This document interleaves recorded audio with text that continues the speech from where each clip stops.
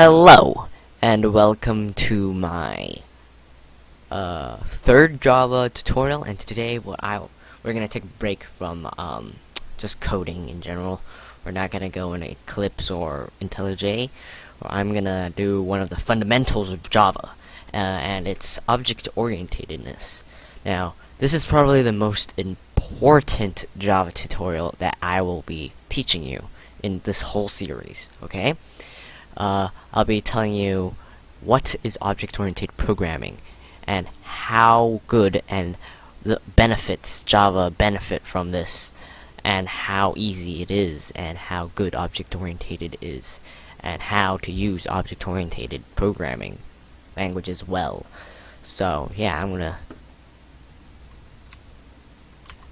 we're gonna start with object-oriented programming. Okay, so Java is an object-oriented programming language, so Java supports many fundamental concepts like polymorphism, inheritance, encapsulation, abstraction, classes, objects, instances, methods, message parsing, and everything. So what I'll be teaching you these things throughout the series, but today what I'll be teaching you is classes and objects. So let's get started with objects in Java. So let's start with the definition of an object. So objects have states and behaviors. For example, like a car, its states are like the color, the brand, the model, and the make, as well as its behaviors like driving, consuming oil, and like moving forward and backwards. An object is basically an instance of a class.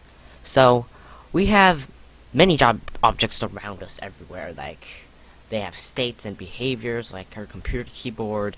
It has like keycaps and like buttons under them, and they insert things into your computer. And comparing it to the computer world and like the software world, an object is quite similar. So software objects also have state and behaviors. The object's state is defined by fields, and the behavior is shown via methods. So basically, methods operate on the internal state of an object, and communications within objects is done using methods. Okay, so remember how I said methods in the last tutorial about like the main method, and it's basically like a set of instructions. So that is a method if you forgot. Okay, so now classes in Java. A class, okay, is like a blueprint that shapes what the object does.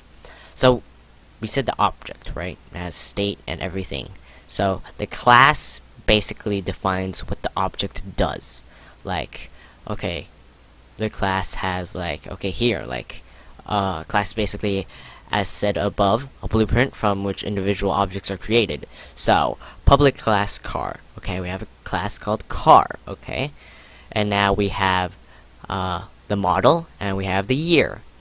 Now, we have methods, like I said, like the main method. Okay, we have forward and backwards. So now, everything in here is used by the object. And then, yeah, so it's basically used in the object. Okay? A class is basically what defines an object. Okay? So now constructors, okay? This is quite, you don't really need to know this now, but I'm just going to explain it just for the sake.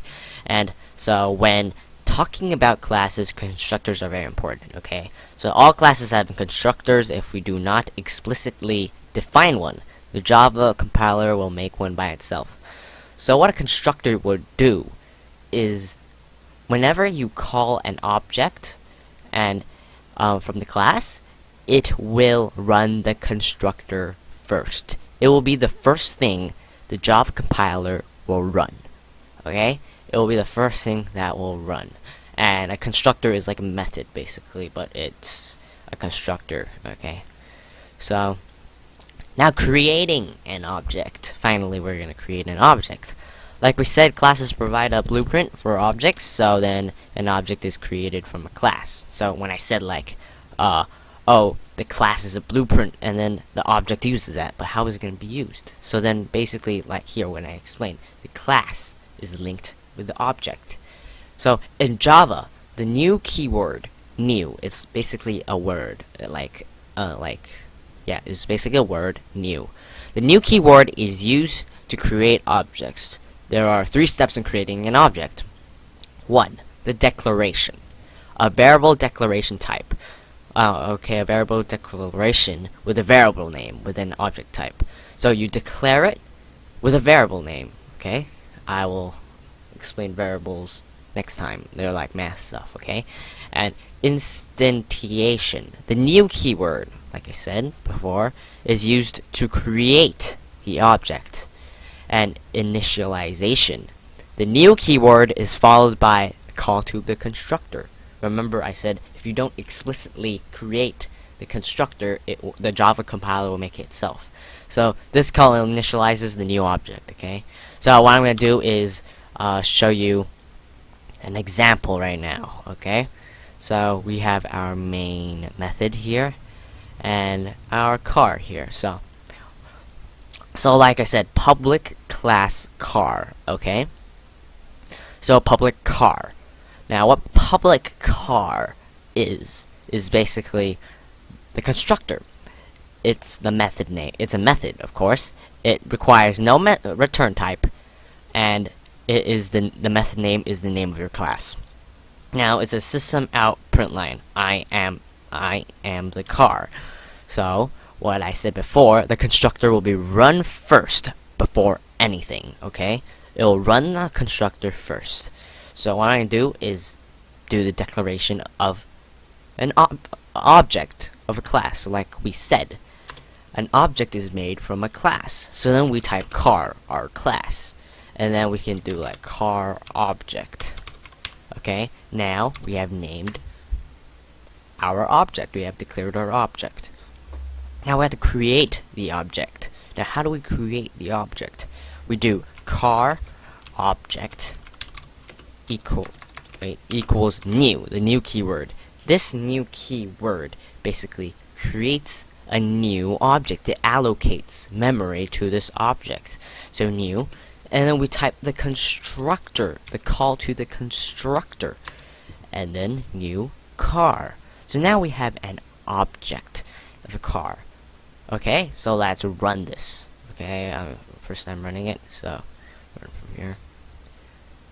Let's wait for it to run, and it ran. Okay, so it says I am the car, but we never actually called the method inside public car. So like I said before, the constructor will run first before anything. You don't even need to call the constructor. Actually, you have called the constructor here. When you're creating the object, you called the constructor already. Okay? Now, we're gonna move on to creating methods and calling methods in using objects. So let's create a new method, okay, called public void forward. Okay, we're gonna call it forward. You do not need to care about public or void, just forward. Okay, it's a method forward, and then we can do print out system out print line forward. I am going forward. Okay, you're going forward. Okay, now how do we? Okay, like I'll run this again. Okay, it will only call the constructor because you called the constructor. So how do you call other methods inside this car class? Now what we do is basically type your object, your car object. Okay, use the dot operator. Just type dot, and then choose forward. Now you have forward. Now you have used the object to get the method from a class. Now you can use this method now. Okay, so let's print. Okay, let's print it. Okay, I am the car. I am going forward. So as you can see, first we declare it, then we initialize it, and use a new car, use the constructor, and then we create the object. Then we call the method inside here by putting the object, because the object is of course defined by the class. So basically now what we have to do is we call this and use the forward method inside the car class. Okay? Okay, you guys get it, right? Okay, so I'm gonna add a new little trick for you guys. As you can see, these two are on both different lines, so I'm gonna cross this out, and then I'll show you something, a little nice trick for you guys. Just do equals new car and call the constructor. So now you do not need to like separate it on the second line, and basically, yeah, that's it. Okay, so I finished my tutorial on Java, and now that I finished, yeah, I finished. Bye.